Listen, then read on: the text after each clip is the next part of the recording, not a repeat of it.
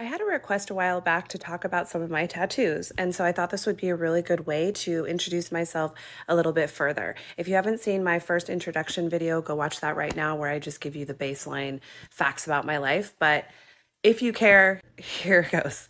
I have a cheetah tattoo on my inner arm because I read Untamed by Glennon Doyle around the pandemic, and it completely changed my life.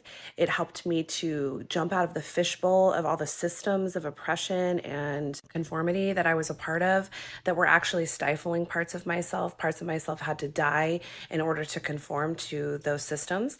And that book absolutely blew my mind and helped me to see those systems from the outside in and make some big drastic changes. So forever, that will be my Bible.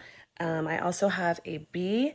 I share this tattoo with my 19-year-old daughter. She has the same one because we were born and raised Mormon, and the bee and the beehive is a symbol of Mormonism. So although I do not believe in that set of ideas anymore, I will always consider myself a Mormon just because it goes back way into my family line.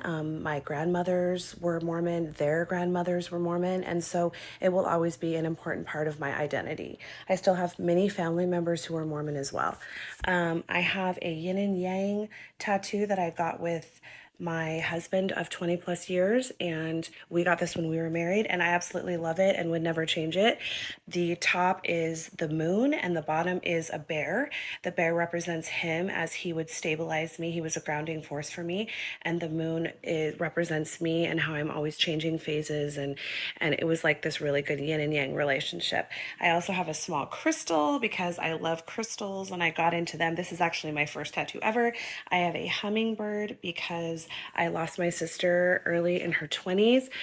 She died of a drug overdose, and I just always want to remember her. Whenever I see hummingbirds, I believe that she's visiting me. I have a snake around my arm because snakes were a symbol of the devil. They were a symbol of temptation growing up in my religious environment, but now I realize they represent shedding. They represent shedding old lives. They were also an ancient symbol of female goddesses.